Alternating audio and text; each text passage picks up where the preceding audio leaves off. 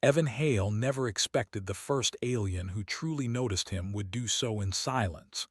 The human diplomatic station on Illith Prime was calm to the point of boredom. It floated above the planet's pale blue surface like a careful thought, balanced and controlled. Every corridor was quiet. Every interaction was monitored. Every word was filtered through layers of translation software and cultural protocol. Humanity had learned very quickly that survival among the stars required patience. Evan had patience. That was why he was there. He was a linguist, trained to listen more than speak. His job was to sit with the Avaran observers and record subtle changes in tone, posture, and rhythm. The Avaran did not show emotion the way humans did. Their faces were smooth and still. Their voices rarely changed pitch. To most humans, they felt distant and cold. To Evan, they felt careful. That night, the station lights dimmed to their rest cycle. Evan returned to his assigned habitat, a shared living space designed to encourage cultural familiarity. The room was wide and softly lit, with curved walls and a low resting platform in the center. The air smelled faintly of minerals and something like rain. Velthira was already there. She stood near the wall, tall and slender, her dark eyes reflecting the soft light. She had been assigned to the station only 3 days earlier, replacing another Avaran envoy without explanation. Evan had noticed her immediately, not because she was different, but because she watched differently. Most Avaran observed from a distance. Velthira watched as if measuring something invisible. "You are late," she said, her voice even and calm as always. "By 4 minutes," Evan replied, checking the time out of habit. "Human schedules are less exact during rest cycles." "I know," she said. "I accounted for it." That made him pause. She stepped closer, her movements smooth and deliberate. Evan felt a strange pressure in the air, like the moment before a storm. The translator implant in his ear hummed softly as it worked to keep pace with the Avaran language, which relied as much on intent as sound. "Is something wrong?" Evan asked. Velthira did not answer immediately. Instead, she reached out. Before Evan could step back or even fully understand what was happening, she placed a hand on his arm. Her grip was firm, not painful, but impossible to ignore. She guided him backward until the edge of the resting platform pressed against his legs. Then, with surprising strength, she pulled him down. Evan stumbled, landing on the platform, his heart racing. The action was not violent, but it was sudden, completely outside protocol. His mind rushed through training manuals, trying to find a rule that explained what to do when an alien envoy physically moved you without warning. Velthira followed him down, not on top of him, but close enough that he could feel the warmth of her presence. She leaned in, her face inches from his, her eyes locked onto his. The translator lagged for half a second, then she whispered a single word. "Mine." The word was soft, almost gentle. Evan laughed, nervous and confused. "I think there's been a translation error." There was no humor in her expression. Around them, the habitat systems changed. Lights shifted from neutral white to a deep amber. A soft tone echoed through the room, not an alarm but a confirmation signal. Evan's implant suddenly flooded him with data, legal overlays, cultural flags, status changes. His breath caught. "What did you just do?" he asked. Velthira did not let go. "I acted," she said, "before it was too late." The station AI spoke next, its voice calm and artificial. "Binding declaration recognized. Protective claim acknowledged under Avaran High Accord. Subject Evan Hale status updated, affiliated, protected." Evan sat frozen, his mind struggling to keep up. "This has to be a mistake," he said. "I didn't agree to anything." "Consent is not required," Velthira said quietly. "Not for this." Outside the habitat, movement spread through the station. Avaran observers stopped walking. Human security paused mid-step. Conversations died as status alerts appeared in peripheral displays. No one rushed in. No one tried to stop it. Evan looked around the room, then back at Velthira. You can't just claim a human-like equipment. A very slight change passed over her face. If he hadn't spent years studying Avaran micro-expressions, he would have missed it. That, she said, is why I had to. She finally released his arm but remained close, sitting beside him on the platform. Her posture was relaxed, but her attention never left him. You are not owned, she continued. You are declared. Declared as what? Evan asked. As necessary. The word settled heavily between them. Evan stood, needing space, but the room itself seemed smaller now. The amber light felt warm, almost enclosing. You need to undo this. Whatever this is, it's going to cause problems. Yes, Velthira agreed. It already has. His wrist display flickered to life, filling with notifications. Diplomatic channels requesting clarification. Security advisories. Priority messages marked red. One message stood out, stamped with an unfamiliar symbol. Threat probability updated, critical. Catalyst exposure confirmed. Evan swallowed. Catalyst. Velthira rose and faced him fully now. Your species is not what the galaxy believed. That's not new, Evan said. We've been underestimated before. This is different, she replied. You adapt faster than any predictive model allows. You form connections that alter outcomes simply by existing within a system. She stepped closer again, but this time did not touch him. You destabilize futures, she said. Not through force, through choice. Evan felt a chill. So your solution is to what? Protect me. To protect you, she said, and through you, your people. A sharp knock echoed at the habitat entrance. Before Evan could answer, the door slid open. A human security officer stood there, flanked by two Avaran guards. All three wore expressions of forced calm. Evan Hale, the officer said carefully, we need to speak with you. Velthira turned toward them. Her voice was still soft, but the air in the room seemed to tighten. He is under my claim, she said. Speak with care. The officer hesitated. Evan had never seen a trained human soldier hesitate before. We're aware, the officer said. That's the problem. Evan looked from one to the other, realizing the truth settling into place. This was bigger than a misunderstanding. Somewhere beyond the station, lines were being redrawn. Decisions were being reconsidered. Plans were being abandoned or accelerated. And at the center of it all was him, a human who had been quietly listening, quietly learning, believing he was small enough to be safe. Velthira met his gaze again. You are not alone anymore, she said, and the galaxy has noticed. Evan did not know whether to feel protected or trapped, but he knew one thing for certain. Nothing would ever be quiet again. The meeting room was larger than Evan expected and quieter than it should have been. He sat at the center table, hands folded back straight, trying to look calm while his mind raced. The walls were made of transparent alloy, showing the slow curve of Illith Prime below. Normally, Evan loved views like this. They reminded him why humanity had reached for the stars. Today, the planet felt like it was watching him. Velthira stood behind him, slightly to his right. She did not sit. Avaran rarely did during serious matters. Her presence was steady, almost grounding, but Evan could feel the attention she drew. Every alien in the room noticed her. Every human felt the weight of what she represented. Across the table sat representatives from 4 species, human diplomats on one side, non-human observers on the other.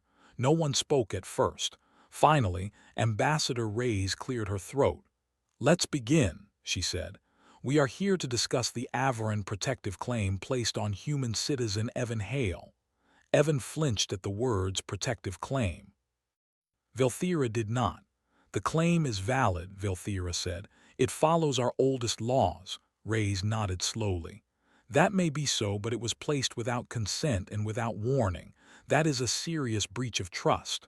Trust, Velthira replied, was already broken. That caused movement around the table. A tall alien with pale skin and layered eyes leaned forward. You accuse without proof, the alien said. Its translator rendered the words flat but sharp. Velthira turned to face them. Your fleets adjusted course 3 cycles ago. Silence followed. Evan felt his stomach tighten. Reyes looked sharply at the alien delegate. Is that true? The alien did not answer. Another species spoke, its voice buzzing through the translator. Predictive caution, nothing more. Velthira tilted her head. Your caution involved weapons. The room grew colder, though the temperature did not change. Evan finally spoke. Can someone explain why I'm the center of this? Every eye turned to him. Reyes hesitated, then sighed. Because you were flagged. Flagged as what? She looked uncomfortable. As a variable. Velthira spoke gently this time. Your species is not aggressive in the way others understand. You do not conquer easily. You do not submit easily. You change systems by joining them. Evan shook his head. That sounds like normal cooperation. For most species, Velthira said, cooperation is temporary. For humans, it is permanent. The pale alien leaned back. You spread, it said, culturally, economically, emotionally. Evan frowned. We make friends. You make bonds, the alien replied, and bonds outlast fear. Reyes looked at Evan. Several species believe humanity will eventually make existing power structures irrelevant, not by force, by connection. Evan stared at the table. So the solution was to attack us. No, Velthira said. The solution was to isolate you, remove key individuals, delay your expansion. Evan's head snapped up. Remove, the buzzing alien shifted. Neutralize influence points. Reyes stood abruptly. That is not acceptable. Neither, Velthira said, was your silence. Reyes froze. What? Velthira turned to her. Your intelligence network saw the same projections we did. You knew some species were afraid. Reyes did not deny it. Evan felt something twist inside him. You knew. We suspected, Reyes said softly, but we believed diplomacy could handle it. And if it failed? Evan asked. Reyes looked away. Velthira placed a hand on Evan's shoulder. The contact was firm, steady, grounding. The room reacted instantly. Displays flickered. Security systems updated. The claim was still active. You see, Velthira said, already the system bends around him. The pale alien hissed. That is exactly the danger. Evan pushed his chair back and stood. No, the danger is fear. Everyone watched him now. You're afraid of what we might become, he said, so you plan to hurt us before we get there. You are naive, the alien replied. Evan shook his head. No, I'm human. He took a breath. We don't grow strong alone. We grow strong together. Every alliance, every shared idea, every promise matters to us. Velthira's eyes softened. And that, Evan continued, is why you're scared, because once we care, we don't stop. Silence followed. Reyes slowly smiled, not a diplomat's smile, a human one. This meeting is suspended, she said. We will reconvene after internal review. The delegates rose. Some left quickly. Others lingered, watching Evan as if seeing him for the first time. When the room was empty, Evan slumped back into his chair. I didn't want this, he said quietly. Velthira remained standing. I know. Then why me? Because you listen, she said, and because you stay. Evan laughed weakly. That's it. For humans, she replied, that is everything. Days passed, but peace did not return. The station changed. Security increased, but not just human. Alien guards appeared in places they never had before. Ships arrived without announcements. Others quietly left. Evan became busy. Every species wanted to speak with the claimed human, not officially, privately. Carefully, he listened. He listened to fears about lost relevance, about old wars never healed, about futures where their cultures faded into footnotes. Evan did not argue. He shared stories.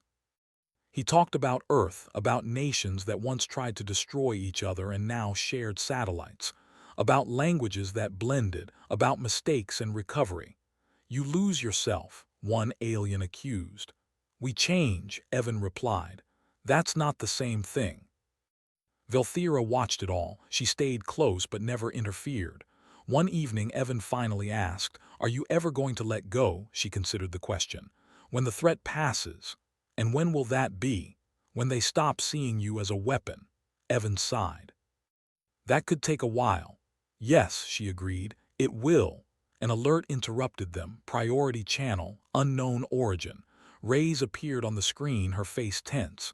They're testing us, she said. A small outpost on the edge of human space had gone silent. No attack signature.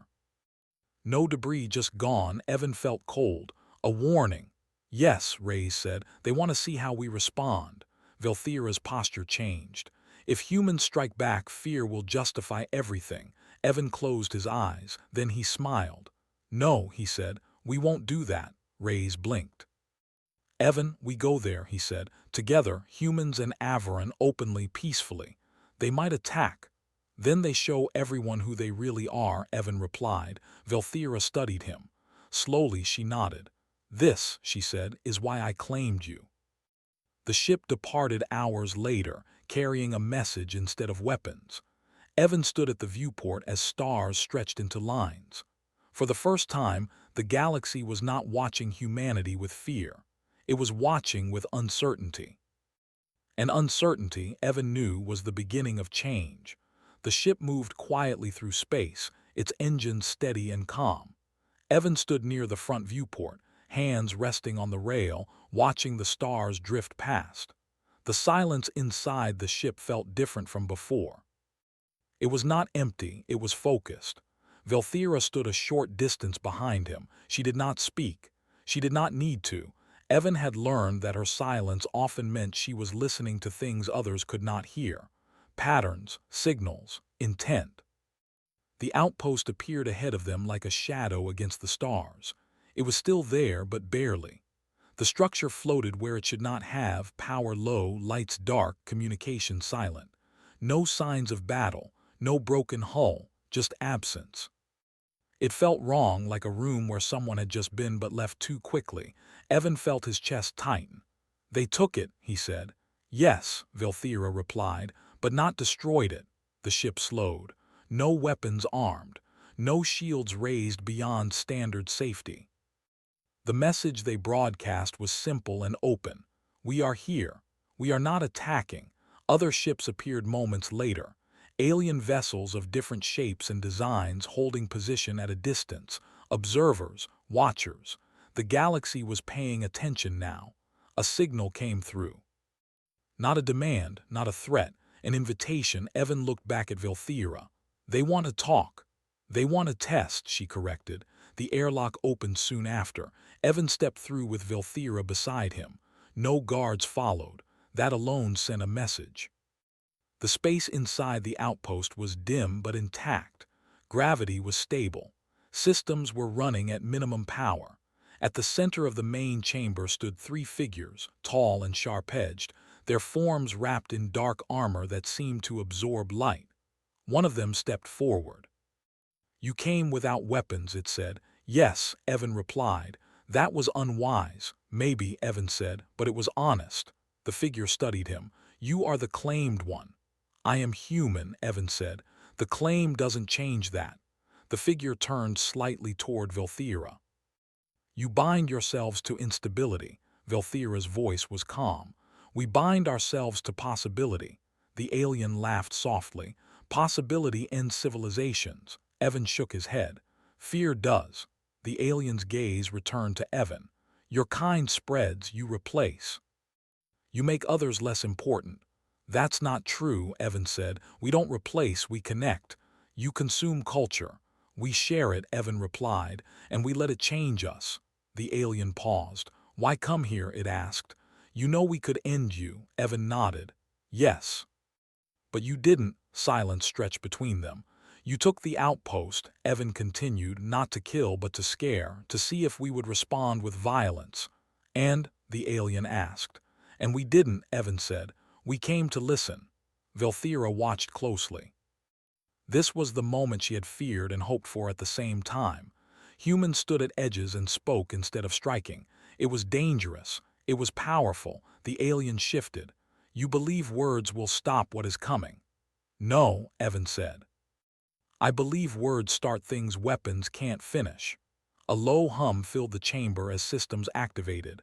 The walls around them displayed images, predictions, timelines, futures branching and collapsing.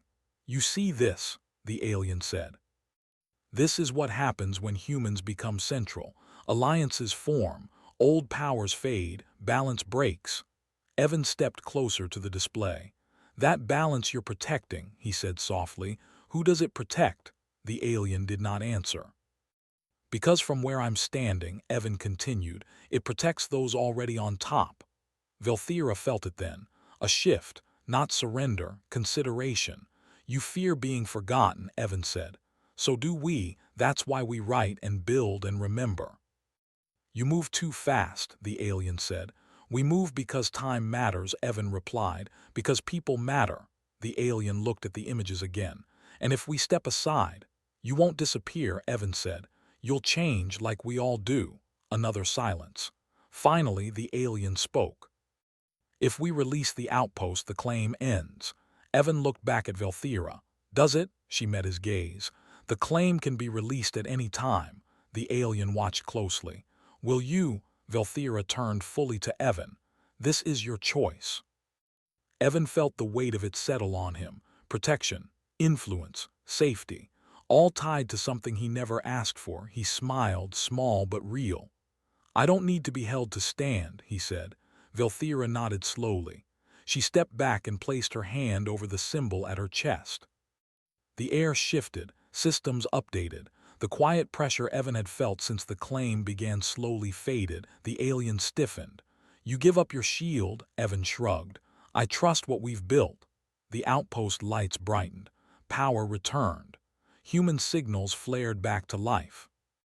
Across space, ships adjusted their positions, not retreating, not advancing, waiting. The alien studied Evan one last time. "You are dangerous." Evan nodded. "Yes, but not in the way you feared." The figures stepped aside. "The outpost is returned." Evan released a breath he hadn't realized he was holding. The journey back was quiet. When they returned to the station, the mood had changed. Messages poured in. Requests, offers, invitations to talk, to build, to plan. Humanity was no longer a question. It was a presence. Evan stood once more in his habitat, looking out at the stars. Velthira stood beside him, no longer bound by law, only by choice. "Do you regret it?" he asked. "No," she said. "I claimed you because I believed humans needed protection. And now," she looked at the stars, "now I believe the galaxy does." Evan smiled. Far beyond the station, old plans were quietly erased.